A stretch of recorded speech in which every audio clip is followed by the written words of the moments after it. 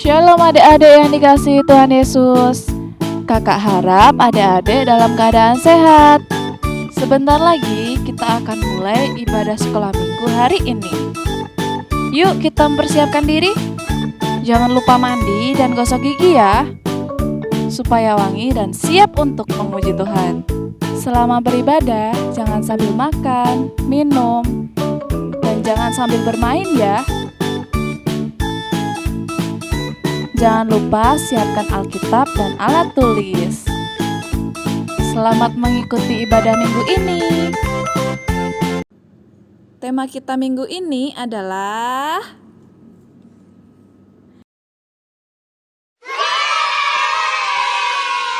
Shalom anak-anak, selamat pagi. Ya, kita bertemu lagi kebaktian online pada hari ini. Anak-anak sukacita enggak? Oh iya, sungguh sukacita ya. Anak-anak sehat semuanya? Puji Tuhan ya. Jadi anak-anak harus jaga kesehatan ya, apalagi masa-masa sekarang ini. Oke, anak-anak, mari kita sama-sama berdiri. Ya, kita bernyanyi Yesus itulah satu-satunya. Ayo kita nyanyi dengan sukacita. Ayo.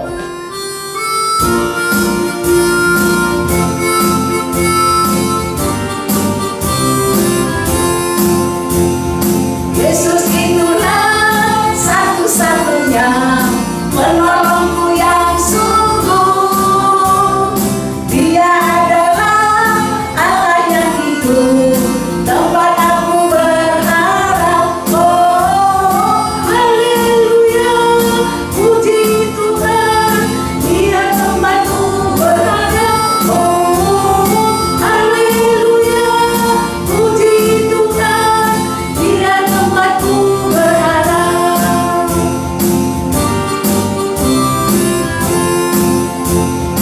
Yesus itulah satu-satunya penolongku yang sungguh. Dia adalah Allah yang hidup, tempat aku berharap.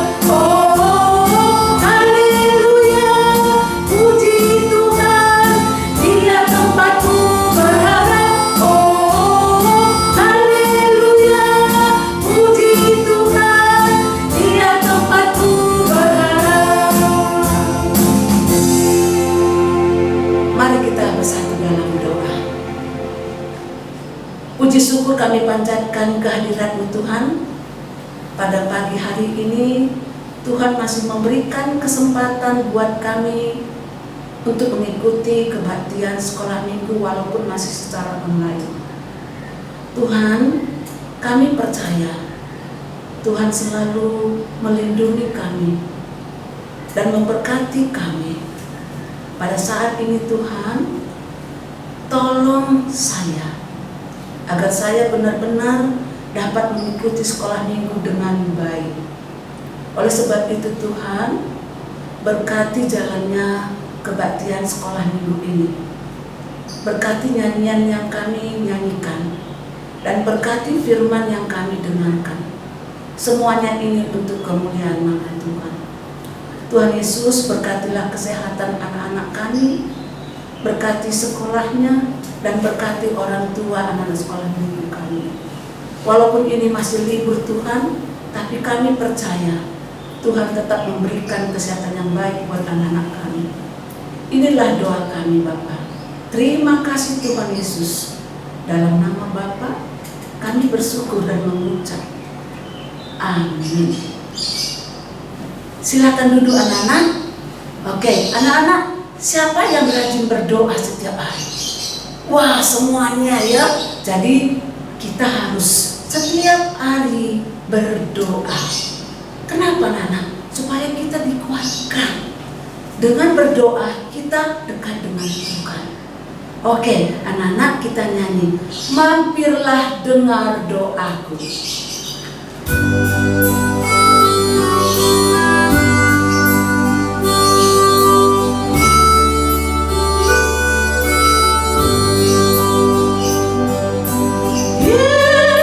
Yesus Tuhan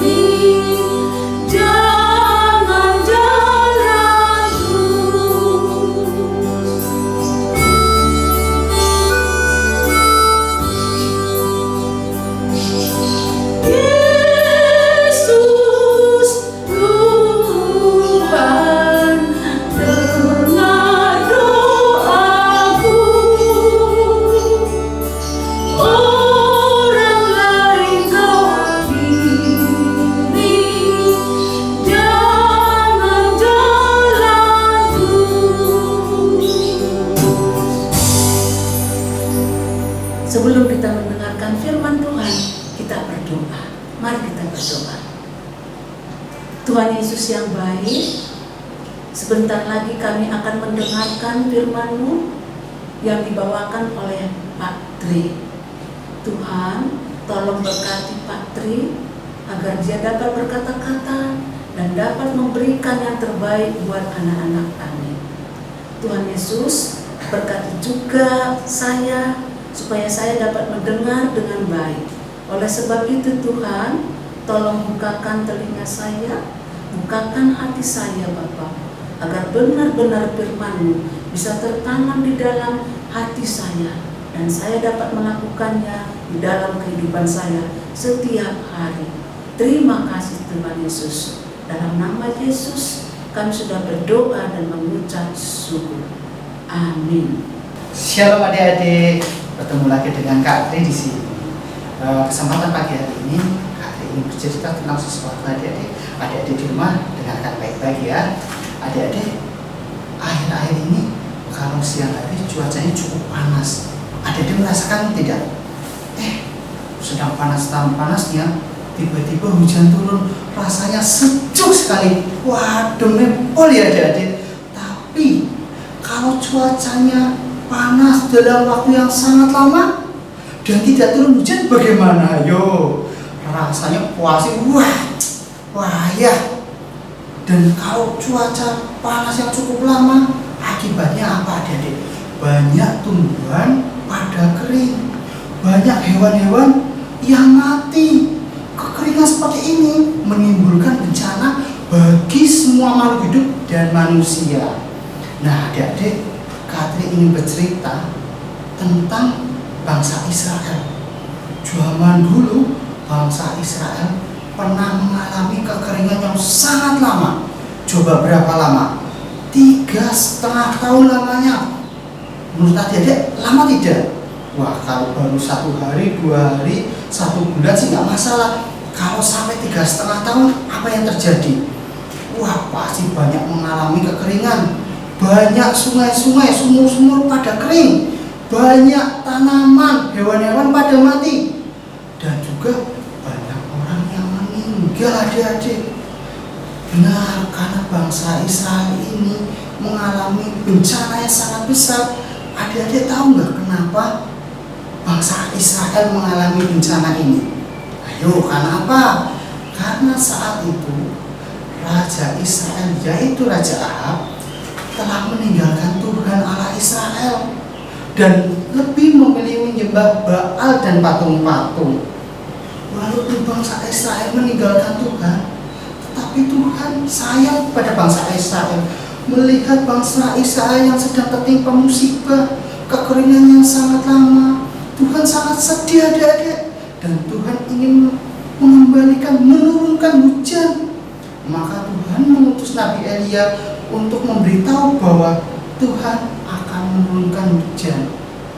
Tapi adik-adik, pada saat Nabi Elia menghadap Raja Ahab ini, Raja Ahab ini malah menuduh Nabi Elia. Katanya, engkau itu yang mencelakakan bangsa Israel. Itu tuduh Raja Ahab kepada Elia. Dan Elia menjawab, bukan aku Raja, tapi kamu yang membuat bangsa Israel ini mengalami bencana ini karena kamu meninggalkan Tuhan Allah, karena kamu telah menyembah Baal. Itu jawab Elia kepada Raja Ahab. Lalu Elia meminta Raja Ahab ini apa? Mengumpulkan semua orang Israel, termasuk 450 Nabi Baal di Gunung Karmel adik-adik. Pagi-pagi buta, Raja Ahab sudah datang ke Gunung Karmel beserta 450-nya Nabi Baal yang berjubah sangat bagus dan indah. Lalu Elia berdiri di muka bangsa Israel dan berkata, berapa lama lagi kamu akan menyembah dua Allah? Apakah Tuhan atau Baal? Kalau Tuhan itu Allah, maka ikutlah Tuhan.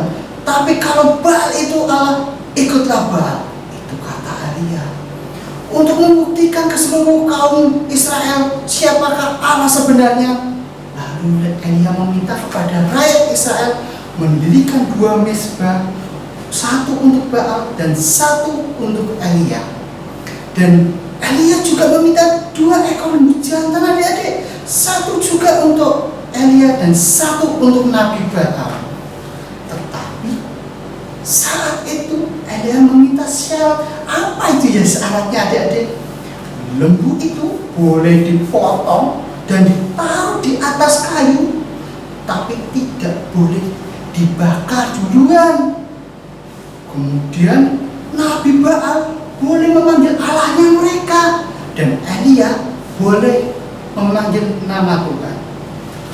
Allah yang akan menjawab itu Allah yang mengirimkan api dan membakar korban bakaran itu. Dialah Allah yang sesungguhnya, dan seluruh rakyat Israel menyetujuinya adik-adik. Nah, Elia mempersilahkan, memberikan kesempatan pertama bagi para Nabi Baal untuk memulainya terlebih dahulu. Setelah dipilih lembunya, akhirnya para Nabi Baal memotong-motong korbannya, taruh di atas mezbahnya dengan cara menadahkan tangannya ke atas menghadap matahari yang cukup panas. Mereka mulai menyerukan, "Ya Baal, jawablah kami." Tetapi adik-adik, tidak ada yang menjawabnya. Wah, Nabi Baal memulai lagi, "Ya Baal, jawablah kami ya Nabi Baal. Baal, tolong kami, jawab kami." Berulang-ulang, tak putus-putusnya mereka berseru, tapi masih tidak ada jawabannya adik-adik. Wah, karena tidak ada jawaban dari Baal, para nabi-nabi Baal mulai adik-adik berkeliling memutari mezbah itu sambil menari-nari dan jawab, "Baal, jawab kami Baal." Sampai matahari di tengah-tengah, tidak ada jawaban dari Baal. Mereka sudah kecapean, suara mereka sudah habis, keringat sampai berkecucuran, tapi tidak ada jawaban. Wah, Nabi Elia melihat mereka, lalu Nabi melihat, "Ayo dipanggil lebih keras lagi, bukankah itu dia Allahmu? Jawab lagi, mungkin Baal sedang tertidur, mungkin juga sedang ada urusan cepat. Ayo panggil lebih keras lagi." Karena diejek oleh Nabi Elia, para Nabi Baal juga lebih semangat lagi sambil menyerukan, "Baal, jawab kami." Dikoresnya tubuh mereka dengan pedang dan tombak hingga darah mereka bercucuran membasahi badan mereka. Hampir mendekati sore, tidak ada jawaban sampai 1 persatu Nabi mulai pada berjatuhan adik-adik.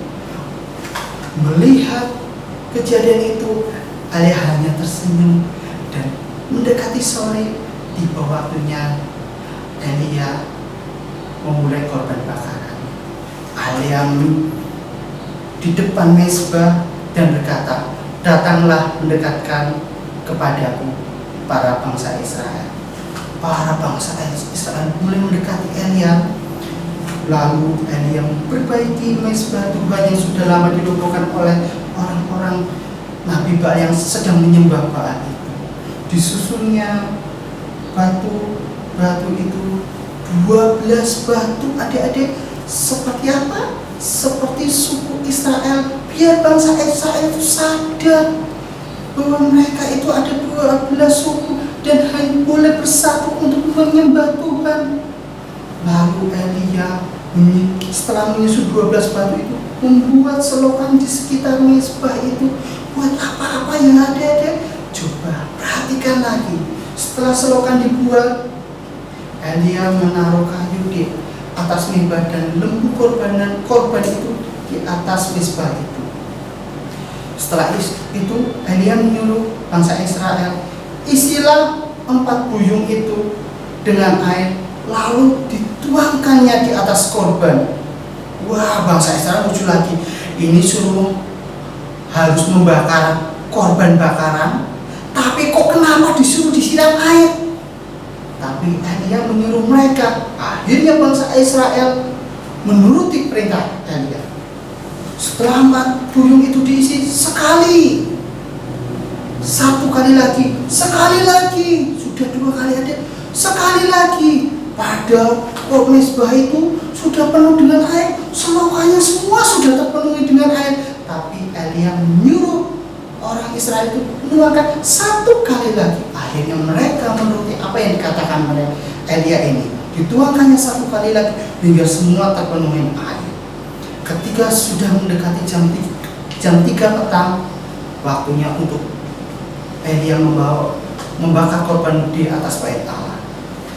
Dengan berdiri di muka mezbah itu, dengan tangannya diangkat ke atas, Elia berdoa, "Ya Tuhan Allah Abraham, Ishak dan Israel, tunjukkan bahwa Engkau Allah di tengah-tengah bangsa Israel dan bahwa aku adalah hamba-Mu ya Allah.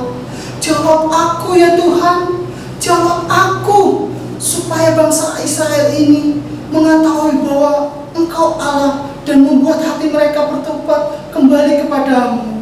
Semua orang terdiam. Mereka mendengarkan doa Elia yang sederhana dan sangat tenang adik-adik.